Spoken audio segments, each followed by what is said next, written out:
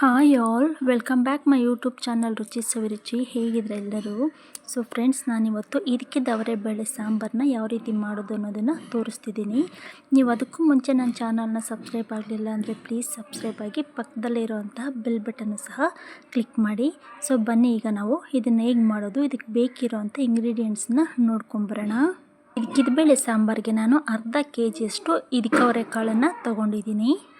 ಹಾಗೆ ಇದಕ್ಕೆ ನಾವು ಮಸಾಲೆನ ರೆಡಿ ಮಾಡ್ಕೊಳ್ಳೋಣ. ಒಂದು ಮಿಕ್ಸಿ ಜಾರನ್ನು ತಗೊಂಡು ಅದಕ್ಕೆ ಒಂದು 1/4 ಕಪ್ ಆಗೋಷ್ಟು ತೆಂಗಿನಕಾಯನ್ನು ಸೇರಿಸ್ಕೊಳ್ತಾ ಇದ್ದೀನಿ. ನೀವು ಒಂದು ಚಿಪ್ಪಲ್ಲಿ 1/4 ಭಾಗದಷ್ಟು ಹಾಕ್ಕೊಂಡ್ರೆ ಸಾಕು. ಮತ್ತು ಒಂದು ಅರ್ಧ ಸ್ಪೂನಷ್ಟು ಗಸಗಸೆನೂ ಸಹ ಸೇರಿಸ್ಕೊಳ್ತಾ ಇದ್ದೀನಿ.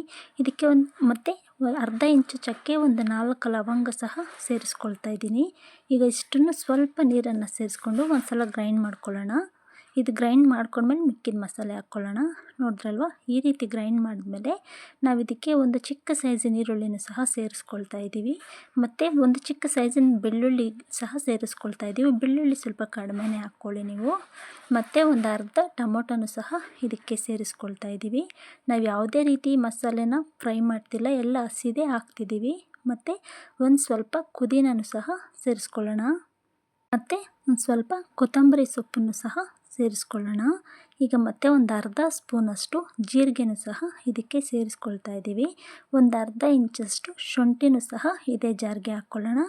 ಮತ್ತು ಚಿಲ್ಲಿ ಪೌಡರ್ ಒಂದು ಅರ್ಧ ಟೇಬಲ್ ಸ್ಪೂನಷ್ಟು ತೊಗೊಂಡಿದ್ದೀನಿ. ನೀವು ಖಾರಕ್ಕೆ ನೋಡಿಕೊಂಡು ಚಿಲ್ಲಿ ಪೌಡ್ರನ್ನ ಸೇರಿಸ್ಕೊಳ್ಳಿ, ಅಥವಾ ನೀವು ಒಣಮೆಣಸಿನ್ಕಾಯನ್ನು ಸಹ ಹಾಕ್ಕೋಬೋದು.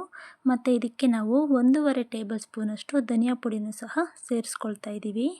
ಇಷ್ಟನ್ನು ಹಾಕ್ಕೊಂಡು ಇದಕ್ಕೆ ಸ್ವಲ್ಪ ನೀರನ್ನು ಸೇರಿಸ್ಕೊಂಡು ಇದನ್ನು ನೀಟಾಗಿ ಗ್ರೈಂಡ್ ಮಾಡ್ಕೊಂಬರೋಣ.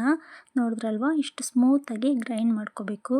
ಈಗ ನಾವು ಒಂದು ಕುಕ್ಕರನ್ನು ಸ್ಟವ್ ಮೇಲೆ ಇಟ್ಕೊಂಡು ಅದಕ್ಕೆ 1 ಟೇಬಲ್ ಸ್ಪೂನಷ್ಟು ಎಣ್ಣೆ, ಒಂದು ಅರ್ಧ ಟೇಬಲ್ ಸ್ಪೂನಷ್ಟು ತುಪ್ಪನೂ ಸಹ ಸೇರಿಸ್ಕೊಳ್ಳೋಣ. ನೀವು ತುಪ್ಪ ಬೇಕಿದ್ದರೆ ಹಾಕ್ಕೋಬೋದು, ಇಲ್ಲದಿದ್ರೆ ಸ್ಕಿಪ್ ಮಾಡ್ಬೋದು. ತುಪ್ಪ ಹಾಕಿದ್ರೆ ಚೆನ್ನಾಗಿರುತ್ತೆ, ಸ್ವಲ್ಪ ಹಾಕ್ಕೊಳ್ಳಿ. ಮತ್ತು ಇದಕ್ಕೆ ನಾವು ಒಂದು ಅರ್ಧ ಟೀ ಸ್ಪೂನಷ್ಟು ಸಾಸಿವೆನೂ ಸಹ ಸೇರಿಸ್ತಾ ಇದ್ದೀವಿ. ಮತ್ತು ಇದಕ್ಕೆ 1 ರೆಕ್ಕೆ ಆಗೋಷ್ಟು ಕರಿಬೇವಿನ ಸೊಪ್ಪನ್ನು ಸಹ ಸೇರಿಸ್ಕೊಂಡು, ಮತ್ತು ನಾವು ಇದಕ್ಕೆ ಇಟ್ಕೊಂಡಿದ್ದೀವಲ್ವ ಅವರೇ ಬೇಳೆನೂ ಅದನ್ನು ಸಹ ಇದಕ್ಕೆ ನಾವು ಇದಕ್ಕೆ ಒಂದು 1/4 ಟೀ ಸ್ಪೂನಷ್ಟು ಅರಿಶಿನ ಪುಡಿನೂ ಸಹ ಇದಕ್ಕೆ ಹಾಕ್ಕೊಳ್ಳೋಣ. ಎಲ್ಲನೂ ಹಾಕ್ಕೊಂಡು ಈ ರೀತಿ ನೀಟಾಗಿ ಫ್ರೈ ಮಾಡ್ಕೊಳ್ಳೋಣ. ಈ ಕಾಳಲ್ಲಿರುವಂಥ ಹಸಿ ಸ್ಮೆಲ್ ಹೋಗೋ ತನಕ ನಾವು ಈ ರೀತಿ ಇದನ್ನು ಫ್ರೈ ಮಾಡ್ಕೊಳ್ಬೇಕಾಗುತ್ತೆ.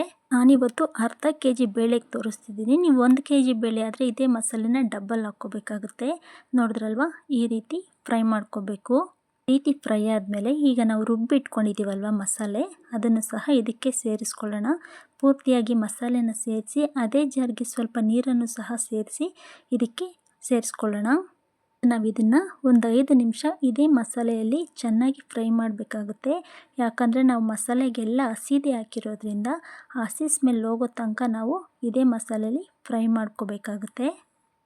ನೋಡಿದ್ರಲ್ವ, ನಾವು ಒಂದು 5 ನಿಮಿಷ ಫ್ರೈ ಮಾಡಿದ್ರೆ ಈ ರೀತಿ ಮಸಾಲೆಯಲ್ಲಿರೋ ಎಣ್ಣೆ ಎಲ್ಲ ಬಿಟ್ಕೊಂಡು ಚೆನ್ನಾಗಿ ಫ್ರೈ ಆಗಿರುತ್ತೆ. ಸೊ ಈಗ ನಾವು ಇದಕ್ಕೆ ನೀರನ್ನು ಸೇರಿಸ್ಬೇಕಾಗುತ್ತೆ. ನಾನು ಸುಮಾರು ಒಂದು 2.5 ಗ್ಲಾಸಷ್ಟು ನೀರನ್ನು ಇದಕ್ಕೆ ಸೇರಿಸಿದ್ದೀನಿ. ನೀರು ಸ್ವಲ್ಪ ನೀವು ಜಾಸ್ತಿನೇ ಸೇರಿಸ್ಕೊಳ್ಳಿ, ಯಾಕಂದರೆ ಕಾಳು ಬೆಂದಿದ್ದಾದಮೇಲೆ ಸಾರು ಸ್ವಲ್ಪ ಗಟ್ಟಿಯಾಗೋ ಚಾನ್ಸ್ ಇರುತ್ತೆ. ಸೊ ಅದಕ್ಕೆ ನೀವು ಸ್ವಲ್ಪ ನೀರನ್ನು ಜಾಸ್ತಿನೇ ಸೇರಿಸ್ಕೊಳ್ಳಿ. ಅರ್ಧ ಕೆಜಿ ಬೇಳೆಗೆ ನೀವು 2ರಿಂದ 2.5 ಗ್ಲಾಸಷ್ಟು ನೀರನ್ನು ಸೇರಿಸ್ಕೋಬೇಕು. ನೋಡಿದ್ರಲ್ವ, ಈ ಕನ್ಸಿಸ್ಟೆನ್ಸಿಲಿ ಬರಬೇಕು ನಾವು. ಇದಕ್ಕಾದಮೇಲೆ ಸ್ವಲ್ಪ ತಿಕ್ಕಾಗುತ್ತೆ. ಸೊ ಈಗ ನಾವು ಇದಕ್ಕೆ ರುಚಿಗೆ ತಕ್ಕಷ್ಟು ಉಪ್ಪನ್ನು ಸಹ ಸೇರಿಸ್ಕೊಳ್ಳೋಣ. ನೀವು ರುಚಿಗೆ ನೋಡಿಕೊಂಡು ನೀವು ಉಪ್ಪನ್ನು ಸೇರಿಸ್ಕೊಳ್ಳಿ. ನೋಡಿದ್ರಲ್ವ, ಎಲ್ಲ ಸೇರಿಸ್ಕೊಂಡು ಚೆನ್ನಾಗಿ ಈ ರೀತಿ ಕುದಿಯೋಕೆ ಬಿಡೋಣ.